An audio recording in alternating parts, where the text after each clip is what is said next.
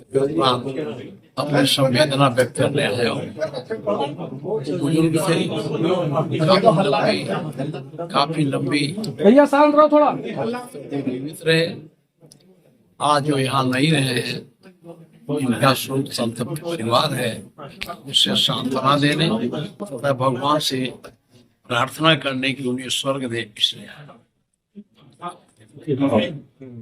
पीठ में पंजाब पुलिस ने और उसकी एसटीएफ ने खालिस्तानियों का इनकाउंटर किया है। कैसे देखते हैं?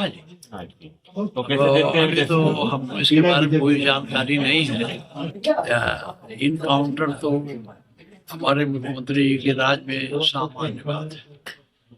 कैसे इनकाउंटर हुआ इसके बारे में कुछ कह नहीं सकता जब तक उसके बारे में सही जानकारी न हो।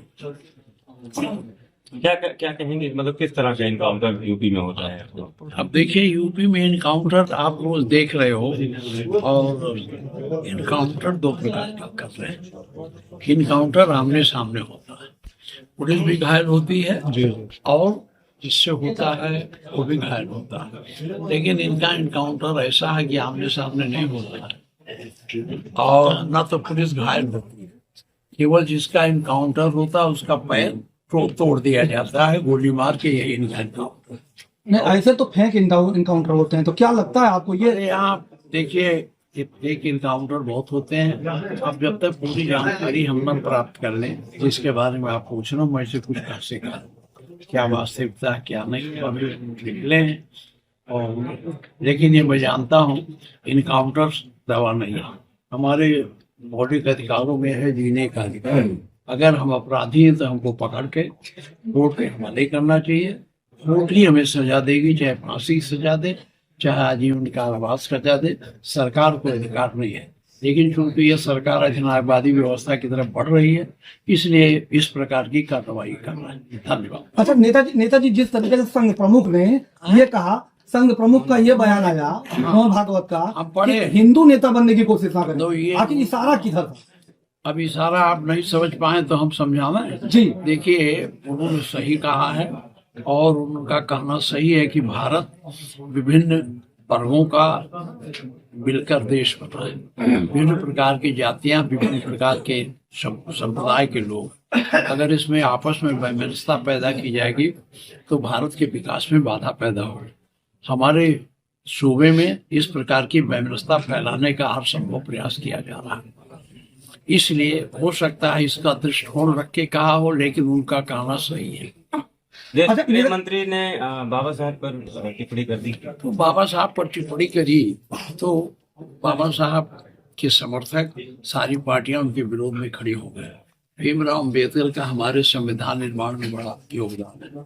उन्होंने संविधान बनाया, उसमें सारी हमारे अधिकारों के बारे में, सबके बारे में दरअसल जो दबे कुचले लोग हैं, पीडीए के लोग हैं, उनको बाबा साहब को भगवान मानते हैं।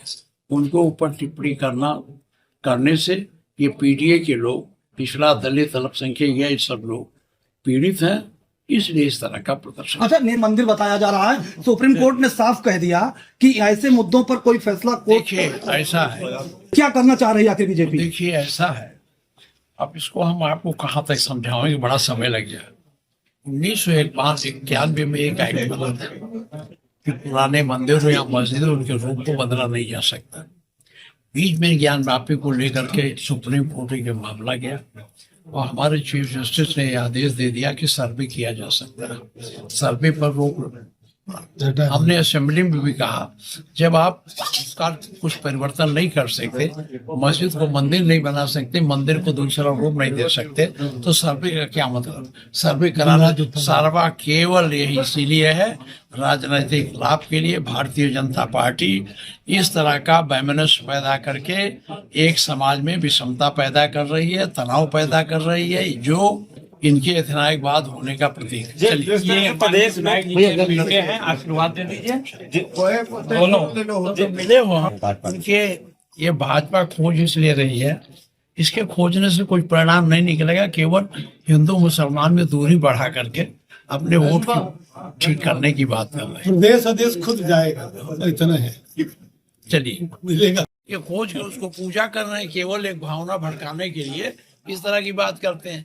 हमारे यहाँ बिस्कोहर में गए थे खोजने, वहाँ बहुत बड़ा व्यापार पहले होता था नेपाल से। नहीं तो संभल में जिस मंदिर की बात हो रही है, मतलब वो मंदिर था नहीं, वो मंदिर, जिस मंदिर को ये पाए हैं वो एक दरवाजे पर एक व्यापारी के या कोई भी रहा होगा हिंदू, उसके दरवाजे पे था, वो घर खोल के चला गया, ताला लगा गया। वही मंदिर तो है, कोनो खोज के पुरातत्व की तरह खुदाई करके निकाले। आपने कहा कि अब चलिए हो गया।